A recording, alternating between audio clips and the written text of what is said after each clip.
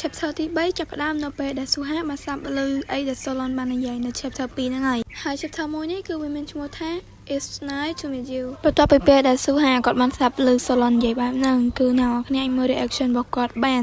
ដោយគាត់បានកាត់លងចិត្តថាពួកគេទាំងអស់គ្នាគឺបានស្អប់គាត់ហើយគាត់ក៏បានសម័យនៅពេលដែលគាត់នៅតូចគឺក្មេងៗទាំងអស់ហ្នឹងគឺតែមកលេងមួយគាត់ទេដោយរើសអើងគាត់ខ្លាំងមែនតើហើយរបៀបដែលពួកគេមើលមកគាត់ហ្នឹងគឺស្អប់ខ្ពើមខ្លាំងមែនតើគឺដូចជាពេលដែល3នាក់នេះគឺកំពុងតែមើលគាត់អញ្ចឹងហ្នឹងហើយគ្នាយើងតួថ្មីរបស់យើងគឺបានលេចមុខមកហើយពាក់សក់ក្រហមនេះគឺនិយាយទៅ boyfriend ទី2របស់ admin ណាដោយស៊ូហាគាត់បានកាត់លងចិត្តថាអញ្ចឹងតែមិននឹងអីកើតឡើងមែនមិនបានពួកគេស្រឡងមកគាត់មកអញ្ចឹងព្រមហ្នឹងគឺពាក់សក់លឿនហ្នឹងគឺគាត់បំបែកបរិយាកាសហើយដែលគាត់ទៅណែនាំខ្លួនថាសួស្ដីហ្នឹងគឺជាសិស្សដែលចូលថ្មីនឹងមែនហើយគាត់ក៏បានណែនាំឈ្មោះគាត់ដែលគាត់មានឈ្មោះថាស៊ីអនហើយគាត់ថារីដេដែលបានជួបអញ្ចឹងទៅតាមផ្លែឡើងគឺ boyfriend ទី2របស់ admin ហ្នឹងគឺគាត់បាននិយាយថាមិនបាញ់និយាយមួយម្នាក់ហ្នឹងឯងម្នាក់ហ្នឹងគឺប្រកែបកបញ្ហាធ្វើមិត្តភក្តិមួយគាត់វិញដែលគាត់ហ្នឹងគឺមានឈ្មោះថា Chino និយាយទៅគឺឈ្មោះសាកសមមួយ admin ហ្មងឡើងឈ្មោះឡើងសុទ្ធយើង admin ដែលមានឈ្មោះ Ashley ហ្នឹងហើយស្លៀងអញ្ចឹងគឺសាកសមមួយគ្នាខ្លាំងណាស់ត្រូវអត់គ្នាយើងហើយពាក់សក់សហ្នឹងគឺគាត់មានឈ្មោះថា Chance ឲ្យ admin ក៏ព្យាយាមទៅ search មើលដែរគេនិយាយអើយគេជនជាតិគេនិយាយថា John អូយ admin ពិបាកនិយាយឈ្មោះពិបាកនិយាយអញ្ចឹងនេះដាក់ឈ្មោះតាយ៉យមកចាគេថា admin និយាយលេងតែបើសិនជា admin និយាយខុសអីកុំប្រកាន់អីណានិយាយទៅ admin វាច្រើនគឺអានឈ្មោះតួខុសរហូតហ្មងអញ្ចឹងសង្ឃឹមថាគ្នាយើងបើចិត្តឲ្យទៅលេងណាបើសិន admin និយាយខុសទីទុយគឺកុំប្រកាន់អីតមកសាច់រឿងវិញគឺចាអានគាត់បាននិយាយថាកុំឲ្យស៊ូអាហ្នឹងគឺប្រកាន់ជាមួយនឹង Solon អីបាច់មើល boyfriend ទី1របស់ admin ទេគឺគេឡើងខឹងអស់ហើយស៊ូអាគាត់ក៏បានមើលទៅ Solon ហ្នឹងដែរដោយគាត់ថាប្រហែលម្នាក់ហ្នឹងហើយឈ្មោះ Solon ហ្នឹងដោយបាច់មើលមក boyfriend មួយនេះគេឡើងខ្មើហ្មងឯងស៊ូអាគាត់គិតថាអញ្ចឹងប្រហែលជាគាត់ហ្នឹងគឺស្អប់នាងខ្លាំងមែនតើហើយបាច់មើលទេនិយាយមើល admin មកអាកន្លែង panel មួយនេះ admin ថាលងមួយ boyfriend ទី2របស់ admin ហ្មងគេនៅឡើងខ្ជូតដោយគេឡើងនឹងគឺស្វាគមន៍ស៊ូអាមែនតើដោយស៊ូអាគិតដំបូងហ្នឹងគឺគិតថាពួកគេគ្រូដាក់នាងខ្លាំងមែនតើដោយនាងគិតថាគេហ្នឹងគឺជាមិត្តភក្តិរបស់ Haley ហើយនាងក៏ឆ្ងល់ដែរថា Haley ហ្នឹងប្រាប់អីគេខ្លះពីនាងហើយ Haley ហ្នឹងគឺគាត់បានសួរទៅកាន់ស៊ូអាថាស៊ូអាហ្នឹងមកចង់ទៅណាតែស៊ូអាហ្នឹងគាត់ក៏ប្រាប់ទៅថាគាត់ចង់មើលសាលាហ្នឹងបន្តិច Haley ហ្នឹងគឺគាត់ក៏សុំខ្លួនធ្វើជាអ្នកនាំទៅស៊ូអាឡើង happy ហ្មងដោយសារតែ Haley ថានាំទៅមើលបណ្ណាល័យអីអញ្ចឹងទៅហើយពួកម៉ាក់របស់ Haley ទាំងអស់ហ្នឹងក៏នាំគ្នាស្វាក់ចិត្តទៅដែរដោយអត់ខ្វល់ពី Solon ហ្មងនិយាយទៅ Solon អើយបាច់ភ័យទៅនេះមកចាំមក admin ណា boyfriend អើ girlfriend ណានេះដោយសាច់រឿងកាត់មកពេលដែលពួកគេកំពុងតែដើរមើលគឺសូហាគាត់រំភើបមែនតើដោយសារមានសភៅច្រើនណាស់ហើយគាត់ក៏បានសួរទៅកាន់ Haley ថាអាសភៅចាស់របស់ Haley សាមុនដែលគាត់មកយកនៅបន្ទប់របស់នាងហ្នឹងគឺនៅណាមើលទៅតាមទឹកមុខគាត់គាត់រៀងស្ទាក់សើបន្តិចដែលគាត់និយាយថាសភៅហ្នឹងសភៅចាស់ចឹងទៅត្រូវការសុំអនុញ្ញាតអីចេះចោលចឹងទៅតែយើងអត់ដឹងថាសភៅហ្នឹងគឺវាមានអាចកំបាំងអីគេទេតែ Haley គាត់ក៏ប្រាប់តទៀតថាចាំគាត់ប្រាប់នៅពេលដែលគាត់អានវាហើយអញ្ចឹងទៅថាសភៅហ្នឹងនិយាយពីអីអញ្ចឹងស៊ូហាក៏គាត់អរគុណហើយពួកគេក៏បានដើរកាត់ទៅតាមមើលទៅថ្នាក់នីមួយៗតាមកម្រិតថ្នាក់ចឹងទៅដោយស៊ីអនគាត់បានប្រាប់ចេះទៅថាថ្នាក់ទី10ហ្នឹងនៅចិត្តយើងនេះថ្នាក់ទី11 12នៅរៀងឆ្ងាយអីចឹងតាមហ្នឹងទៅហើយគាត់ក៏ប្រាប់ទៀតទៅថាគាត់នឹងរៀនថ្នាក់ទី10មួយស៊ូហាដែរហើយចាអានមួយ Chino គឺគាត់រៀនថ្នាក់ទី11ហើយនិយាយទៅគឺ skip និយាយទៅមិនឡង Solon admin ចោលមកគ្នាហើយគាត់ក៏ប្រាប់ដែរថា Haley នឹងគឺរៀនថ្នាក់ទី12ហើយស៊ូហានឹងក៏គាត់រៀនឆ្ងល់ដែរដោយសារតែពួកគេគឺរៀនថ្នាក់ឡើងខុសគ្នាប៉ុន្តែមើលទៅឡើងជិតស្និទ្ធមក Haley គាត់ក៏ប្រាប់ទៅថាពួកគេទាំងអស់គ្នានឹងគឺធំធាត់មកមួយគ្នាដោយសារតែពួកគេគឺអត់មានឪពុកម្ដាយទេគឺនិយាយទៅនៅក្នុងមណ្ឌលកុមារកំព្រាទាំងអស់គ្នាចឹងទៅ Solon គាត់គ្រាន់តែឮថា Haley នឹងប្រាប់ស៊ូហារឿងហ្នឹងគាត់ឡើងខឹងហ្មងជាមកកាន់មក Chino បើ admin វិញគាត់ក៏បានប្រាប់ទៅថានេះគឺជាតារាងដែលគេវឹកហាត់ការលេងបាល់នៅពេលយប់គេដាក់ថាជា night ball game ចឹងគ្នាយើងអត់តាម admin search ទៅគេដាក់ថា night ball game ហ្នឹងគឺជាឧបមាថាបាល់បោះបាល់ទាត់ឬក៏មិនចឹងទៅដែលគេលេងនៅពេលយប់ចឹងគ្នាហើយគាត់ក៏និយាយដែរថា2នាក់ទៀតប្រហែលជានៅនឹងឯងស៊ូហាគាត់ក៏ឆ្ងល់ដែរថា2នាក់ហ្នឹងណាគេដោយ Chino ក៏ប្រាប់ទៅថានិយាយទៅក្រុមរបស់គេទាំងអស់ហ្នឹងគឺមាន7នាក់ដោយសារតែ2នាក់គាត់ហ្នឹងគឺយកការប្រកួតហ្នឹងគឺជាធំមែនតើអាចថាគាត់ផ្ដោតលើហ្គេមហ្នឹងជាងគ្នាគេទាំងអស់គ្នាហ្នឹងអញ្ចឹងណាចឹងហើយគឺគាត់ខំវឹកហាត់គាត់អត់បាននៅទីនេះមួយពួកគេទេដោយសារតែពួកគេហ្នឹងត្រូវមានការប្រកួតអីអញ្ចឹងទៅពួកគេគឺគាត់ខំវឹកហាត់មែនតើចាហ្នឹងគាត់ក៏និយាយទៅថាធីមគាត់ហ្នឹងនឹងឈ្នះហើយប៉ុន្តែមិនមើលមុខពួកម៉ាក់គាត់ទេគឺដោយសារតែគេគិតលងចិត្តហ្មងគេថាអញ្ចឹងថាចាហ្នឹងគឺលេងអនជាងគេហ្មងស៊ូហាហ្នឹងគាត់ក៏បានសួរទៅថាកីឡាហ្នឹងគឺជាកីឡាអីគេតើនឹងអីផងតែ តែមានបានមួយហ្នឹងគឺហមមកពួកគេហ្នឹងហ្មងនិយាយទៅ admin ឃើញកន្លែងអានគាត់ចាប់បានហ្នឹងហើយ admin នឹកឃើញដល់ trend គេល្បីនៅក្នុង TikTok លក្ខណៈថាគេចាប់អីមួយ non slate អីអញ្ចឹងណាឡើងស្ទៀវបដ ாய் តមកសាច់រឿងយើងវិញនិយាយទៅ admin សុំកន្លែង admin សុំថាធ្វើខ្លួនឯងហ្នឹងគឺជាស៊ូហាណាគ្នាយើងដោយសារតែគ្រាន់តែមានបានមកមួយសោះហ្នឹងគឺថាទូព្រោះគេឡើងចាំការពារហ្មងទូខំឡើង5នាក់សង្ហែខ្លាំងបានហើយគិតមែនគឺថាគេយក admin ឯងមែនហេតុអីបានជាគេអត់យក admin ស្ទៀវប៉ុណ្ណាអត់យក admin ទៀតកាត់មកសាច់រឿងយើងវិញបន្តមកយើងក៏បានឃើញនៅទូព្រោះថ្មីរបស់យើងហើយតែគាត់ហ្នឹងគឺជាអ្នកដែលតតបានមកនឹងឯងហើយគាត់ក៏បានសុំទោសឲ្យសួរថាមានកើតអីអត់ចឹងទៅគ្នាយើងទូថ្មីហ្នឹងគឺជាពីរអ្នកទៀតនឹងឯងដោយម្នាក់សក់សហើយគាត់ចង់សក់ហៀងសក់អីវែងស្តៀងជាមួយនឹងចាអានហ្នឹងគឺគាត់មានឈ្មោះថាចាកាសហើយម្នាក់មួយទៀតដែលភ្នែកប្របីតងគាត់មានឈ្មោះថាណូអាដែលគាត់សក់អើយស្វាយនោះគ្នាយើងចាកាសគាត់ក៏បាននិយាយទៅថាវាជាអ្នកនរគ្នាដែរហើយគាត់ក៏រីករាយដែរដោយសារតែបាល់ហ្នឹងក៏មានថៅណាគេទេដែលព្រោះតាចាអានហ្នឹងគាត់បានចាប់វាជាប់ឬក៏អត់ឲ្យវាត្រូវអីអញ្ចឹងទៅមុនហ្នឹងនិយាយហើយពួកគេទាំងពីរនាក់ក៏បានទៅវិញទៅឡើងចាអានគាត់ឡើងខឹងហ្មងគាត់ក៏សួរថាស៊ូហាហ្នឹងគឺមានកើតអីអត់ហើយណាគ្នាមើលឲ្យកើតអីមិនបើនៅក្នុងកំដាប់ដៃបងអីហ្នឹងបានហើយឈប់អោបគ្នាយូរមែនមិនខាញ់ចិត្តអីមែនទេដោយស៊ូហាហ្នឹងគឺគាត់ឡើងអៀនបតោយអ្នកគ្នាអៀន9បតោយនិយាយទៅគាត់គ្រាន់តែអញ្ចឹងហើយគាត់ក៏អរគុណអ្នកនរគ្នាហ្នឹងហើយថាគាត់រីករាយមួយដំណើរកំសាន្តហ្នឹងហើយគាត់ក៏សុំទៅមុនទៅនិយាយទៅគ្នាឡើងទៅប្រៃពួកគេហ្នឹងក៏នាំគ្នាគិតទៅថាតិចលោស៊ូហាហ្នឹងគឺខ្លាញ់ពួកគេហើយយើងកាត់មកពេលដែលស៊ូហាមកដល់បន្ទប់របស់គាត់វិញដោយគាត់កំពុងតែគិតថាគាត់តែសូតែស្លាប់ដោយសារតែវាថាគាត់ធ្វើខ្លួនអត់ត្រូវដោយសារតែវាជាលើកទឹករបស់គាត់ហើយដែលមានកាយគឺនៅជុំវិញខ្លួនគាត់បែបហ្នឹងហើយកំពុងតែគិតហ្នឹងក៏មានសលេងអ្នកគេម្នាក់ដែលសួរហេយូជួយឯងមិនទាំងស្គាល់ឈ្មោះខ្ញុំអត់ហ្នឹងហើយមានតែគេទៀតគឺ Solon របស់ admin ហ្នឹងហើយតែគេចេញមកឡើងកាងហ្មងឡើងស៊ូហាក៏ឡើងឆ្ងល់អីគេហើយនេះវាគឺជាក្បាលសាច់រឿងនៅ chapter 4របស់យើងដែលវាមានឈ្មោះថា One Step Back Two Steps Forward ហើយនឹងដែរគឺ Solon គាត់ដើរទៅចិត្តស៊ូហាមែនតើអ៊ុយអៀនខ្លាំងហេហ្នឹងហើយ admin ក៏មានពាក្យផ្ដាំទៅ DJ ដែរសម្បត្តិ That Should Be Me by Justin Bieber មួយហើយកុំភ្លេចយកទៅកក់ច្រឡំយកស្រាប់វាអត់ទៅកក់ admin មួយផងនេះយើងយកអារម្មណ៍ដែលថាយើងខំ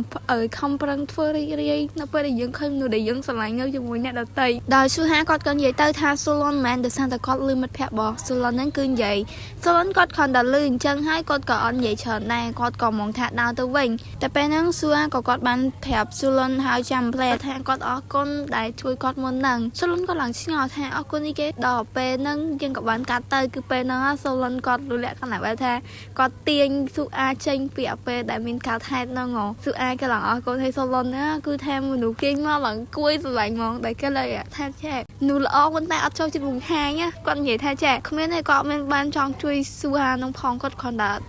បោះកតិកទីនៅលើកៅអៅរបស់ស៊ូហានឹងសោះហើយឡើងខ្ជិលមកដល់អើយនិយាយទៅសាក់សមអេនឹងខ្លាំងម្នាក់នេះហេហើយ admin នឹងក៏អីមែនខ្លួនឯងនឹងទួស្អីមែនបានអីតសាច់ជ្រឿងមកខ្ញុំចង់មើលសាច់ជ្រឿងចង់មើល admin ឯងរំភើបអីទាំងអស់ហើយគេយើងហើយបើសិនជាឃើញ admin និយាយម្នាក់ឯងចឹងគឺកុំប្រកាន់ admin អីយ៉ាងហ្នឹងវាគឺជា personality និយាយទៅរឿង admin ចូលចិត្តធ្វើនិយាយទៅ admin ធ្វើយ៉ាងរហូតតែម្ដងឡើង admin គិតថាខ្លួនឯងគឺលទ្ធសតិប៉ុន្តែ admin គិតថាមនុស្សខ្លួនឯងគឺជាមនុស្សរីករាយឲ្យល្អសាច់អីចឹងណាអ្នកគ្នាសំខាន់ណាស់អ្នកគ្នាហ្នឹងគឺរីករាយជាមួយនឹង admin ដែរតាមមកសាច់រឿងយើងវិញស៊ូហាក៏គាត់និយាយទៅថាយ៉ាងណាក៏ដោយគាត់អរគុណអញ្ចឹងទៅហើយគាត់សង្ឃឹមថាពួកគេហ្នឹងគឺអាចខ្លាចជាមិត្តភក្តិនឹងគ្នាបានប៉ុន្តែ boyfriend របស់ admin ហ្នឹងគឺគាត់ឡើង cool តែម្ដងដែលគាត់បាននិយាយថា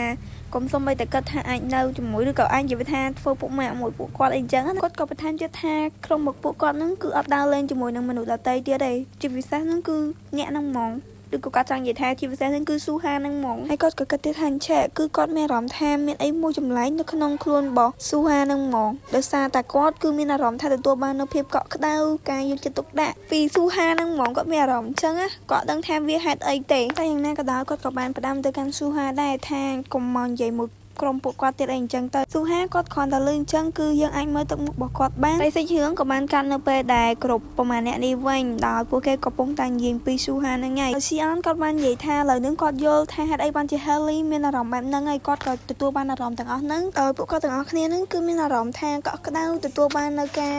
យ ជាទៅតែឬក៏មិនឌឺអត់មានរៀបរាប់មុននឹងខាងលើនឹងតែគាត់នឹងគឺគាត់ថាប្រហែលជាស៊ូហានឹងមិនជាប្រភេទជាមួយនឹងពួកគេតែពួកគាត់និយាយថាចាគាត់អាចបញ្យល់បានទេប៉ុន្តែគាត់មានអារម្មណ៍ថាដូចវាជាធម៌ពលមួយដែលអាចកំបាំងហើយនិយាយទៅគ្រប់គ្រងអារម្មណ៍របស់គាត់នឹងឲ្យគ្នាគាត់ក៏យល់ស្របហើយពេលនឹងដែរ Haley គាត់ក៏បាននិយាយទៅថាអារម្មណ៍នឹងគឺអារម្មណ៍ដូចថាពួកគេចង់ធ្វើអីដែលនាងចង់ឲ្យធ្វើមែនឬក៏នាងចង់បានណាលក្ខណៈបែបថាស៊ូហាចង់បានអីពួកគេចង់ធ្វើអញ្ចឹងពួកគេខំតែលឺអញ្ចឹងព្រមគឺថានាំគ្នានិយាយអញ្ចឹងថាហ្នឹងហើយគឺបែបហ្នឹងកាន់តែធ្ងន់កជាងហ្នឹងទៀតគឺថាស៊ីអនគាត់និយាយថាចាគាត់គិតថាតាអាហ្នឹងមិនមែនតែគេហៅថាស្នេហាហើយតើពួកយើងទាំងអស់គ្នានឹងត្រូវបានធ្លាក់លំខ្សែមែនអើយអត់មានគាំងខ្លាំងគឺទៅមនុស្សអត់មានស្នេហាចឹងមែនកាយនិយាយគេនឹងខ្លួនឯងនឹងគិតថាខ្លួនឯងនឹងដែរមានស្នេហាមែនខ្ញុំអត់អីទេដល់ពេលនឹងដែរគឺថាជីណូគាត់បាននិយាយថាវាមិនអាចទៅរួចទេពួកយើងទាំងអស់គ្នាគឺអត់មានអារម្មណ៍អីផងបន្ថែមពីនឹងទៀតគឺចាអានគាត់បាននិយាយថាវាអត់មានអារម្មណ៍ថាអារម្មណ៍ហ្នឹងគឺវាខ្លាំងជាងនឹងទៀតអញ្ចឹងណាកាត់មកកាន់ស៊ូហារបស់យើងជាមួយនឹង Solon và Edwin វិញគឺថាគឺគ្នាពងសេកសក់អីដោយ Solon គាត់តែឃើញស៊ូហាហ្នឹងគឺគាត់មុំអញ្ចឹងភ្លាមគាត់ឡើងថាយ៉ាស្អីគេនឹងធ្វើមកអីដោយស៊ូហាហ្នឹងគឺគាត់បាននិយាយថាត្រូវហើយ Solon និយាយត្រូវហើយគាត់នឹងអត់និយាយហៅ Solon ម្ដងទៀតទេដោយ Solon គាត់នៅគាត់លឺអញ្ចឹងគាត់ថានិយាយស៊ូហាក៏គាត់និយាយទៀតថាហ្នឹងហើយគាត់នឹងអត់និយាយទៅកាន់ Solon ទៀតទេតែជាមួយ admin ធ្វើម្រាប់ Solon ណាគាត់និយាយយ៉ានិយាយមកពួកយ៉ាងមកនិយាយមកអូយចង់និយាយក៏និយាយទៅមិនដឹងថាធ្វើដូចអត់ទេតែមិនឃើញអាឈុតកន្លែងនេះមិនអង្គុយគាំងហ្មងល្អសោយពេកតែគាត់និយាយទៅថាកុំយល់ខុសមួយគាត់ហើយគាត់និយាយទៅកន្លែងនេះមិនគឺថាខ្ជូតខ្លាំងកន្លែងគេធ្វើដៃអញ្ចឹងខ្ជូតតែគាត់នឹងក៏បាននិយាយថាចានៅពេលដែលគាត់និយាយថាស៊ូហានឹងអត់គួរដើរលេងមួយពួកគាត់ហ្នឹងគឺមិនដោយសារតែគាត់នឹងគឺស្អប់ស៊ូហាគឺដោយសារតែពួកយើងគឺជាដោយសារតែគាត់និយាយប៉ុណ្ណឹងគឺគាត់អត់និយាយតទៀតទេដោយយើងអត់ដឹងថាតើគាត់នឹងចង់មានថាមិនទេថាពាក្យថាយើងគឺនឹងតែអត់មានជឿថាអ្នកគ្នាគឺទេដឹងហើយតាមមកគាត់និយាយទៅថាផ្លេចវាចោលវាគឺគ្មានហេតុផលទេដែលប្រាប់ស៊ូហានឹងអត់ឲ្យមកនិយាយឬក៏ដើរលេងជាមួយនឹងពួកគេរឿងក៏បានកាត់មកនៅពេលដែលពួកគេទៅដល់សាលារៀនឬក៏ឲ្យឆាថ្នាក់រៀនអញ្ចឹងទៅដូចយើងដឹងអញ្ចឹងគឺស៊ូហាជាមួយស៊ីអនគឺថ្នាក់មួយគ្នាហើយផ្លឹបពីហ្នឹងទៀតគឺ boyfriend ទី1របស់ admin ក៏ថ្នាក់ហ្នឹងដែរគេហ៊ានថ្នាក់ទី10អញ្ចឹងទៅហើយស៊ីអនគាត់គ្រាន់តែឃើញស៊ូហាមកភ្លាមគាត់ឡើងប្រាប់ថាស៊ូហាហ្នឹងមកអង្គុយជិតគាត់មកនិយាយទៅចាំគាត់ដេញឲ្យ Solon ហ្នឹងគឺចាញ់ Solon ណាគាត់ឡើងធ្វើដូចពេញចិនចឹងប៉ុន្តែចុងក្រោយគឺនៅតែឲ្យគេអង្គុយចឹងនិយាយទៅមនុស្សហ្នឹងឡើងខ្ជិលហ្មងហើយទាំងនេះវាជាក្បាលរបស់ chapter 5របស់យើងដែលវាមានឈ្មោះថា Clean the room and reveal the big secret ដែលវាគឺជាពេលដែលត្រូវចេញលេងនៃហើយស៊ីអនក៏គាត់សួរទៅកាន់ស៊ូហាទៅដែលថាស៊ូហាហ្នឹងមានត្រូវទៅណែអត់ស៊ូហាគាត់ក៏និយាយទៅថាគាត់ត្រូវទៅសម្អាតបន្ទប់របស់គាត់ដោយសារតែបន្ទប់ហ្នឹងគឺវានៅតែញ៉ៃញ៉ៃស៊ីអនគាត់ក៏និយាយទៅថាគាត់នឹងស្ម័គ្រចិត្តជួយបន្ទាប់ពីចេញមកដល់ក្រៅគឺថាស្រាប់តែមានសលេងមួយដែលហៅក្នុងចិត្តហៅថាស៊ូអាគាត់តែគាត់ងាកមើលទៅគឺជា Haley របស់យើងនឹងហើយដែលគាត់សួរថាតើថ្នាក់ថ្ងៃហ្នឹងគឺមិនដែលស៊ូហាគាត់តបធម្មតាចឹងទៅថាអីទេគឺល្អហើយគាត់បានហ៊ានថ្នាក់មួយស៊ីអនទៀតHaley គាត់និយាយថាចឹងមានតែហ៊ានថ្នាក់ជាមួយនឹង Solon ដែរត្រូវអត់ស៊ូហាក៏គាត់និយាយទៅថាហ្នឹងហើយ Solon ហ្នឹងថែមទាំងឲ្យតបគាត់អង្គុយទៀតអង្គុយចិត្តស៊ីអនហ្នឹងហើយខលឮចឹងមានអារម្មណ៍ថាមិនទេមក Haley របស់យើងហើយប៉ុន្តែពេលហ្នឹង Solon ក៏គាត់និយាយទៅថាគាត់មិនបានចង់ឲ្យស៊ូហាហ្នឹងឯងតែស៊ូហាហ្នឹងមកប្លន់តបគាត់អីចឹងណាហើយពេលហ្នឹងដែរមិត្តភក្តិរបស់គេក៏នាំគ្នាមកនិយាយគ្នាទៅខ្លាំងចុះឡើងអីអញ្ចឹងទៅថាត្រូវធ្វើល្អមួយស៊ូអាអីចេះចោលចឹងទៅឆ្លោះគ្នាអញ្ចឹងទៅហើយពេលហ្នឹងស៊ូអាក៏គាត់បានប្រាប់ទៅកាន់ Haley ដែរតែគាត់ប្រាប់ថាគាត់បានប្រាប់ស៊ីអនថាគាត់នឹងត្រូវលាងសម្អាតបន្ទប់ឬក៏អីចឹងទៅហើយស៊ីអនគាត់ចង់ជួយគាត់អីអញ្ចឹងទៅពេលហ្នឹងដែរ Haley ក៏គាត់និយាយទៅថាចឹងគាត់ចូលរួមដែរអីអញ្ចឹងទៅហើយនៅពេលដែលពួកគេមកដល់បន្ទប់ហ្នឹងគឺពួកគេគឺនាំគ្នាស្វាស្វាជួយមែនតើស៊ូហាឡើងញ៉ៃញ៉ៃពេលយើងថាមិនទេទៅគាត់ធ្វើអីចេះចោលកន្លែងនេះមានគាំងស៊ីអនមែនតើហ្មងតែគាត់ធ្វើមកដូចនារីវិញផ្ទះហ្មងហើយដល់ពេល Solon យើងវិញគឺថាដូចតែដល់ពេលហ្នឹងគឺស៊ីអនគាត់បាននិយាយថាចាគឺគាត់ការងារបោកសម្អាតហ្នឹងគឺជារឿងដែលគាត់ចូលចិត្តហើយប៉ុន្តែ Solon គាត់គិតលងចិត្តថាចាអូយអានេះបោកសុកថាស៊ីអនហ្នឹងគឺជាមនុស្សកុហកអីអញ្ចឹងណាចាហើយយើងមកយើងញាក់មកមើលសកម្មភាពវិញគឺថាស៊ូហារបស់យើងថាចាំគាត់ជួយអីអញ្ចឹងទៅហើយគាត់ទៅលើកអបអបមួយដែលអបហ្នឹង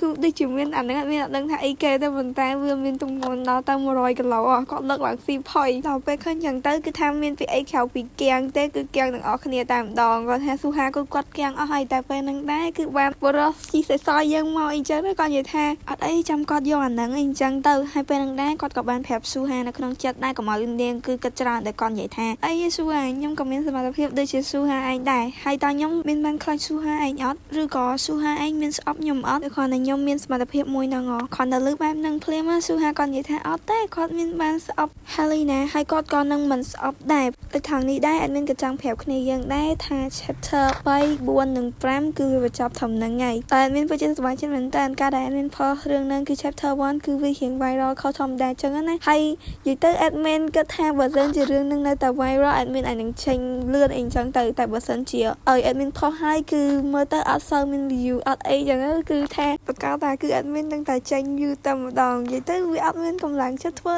គ្នាយើងហើយអរគុណគ្នាយើងមែនតើដែលថមស្ដាប់មកដល់ឡើយហ្នឹងគឺ admin តែពីអរគុណទេហើយចាំជួបគ្នានៅវីដេអូក្រោយបាយបាយ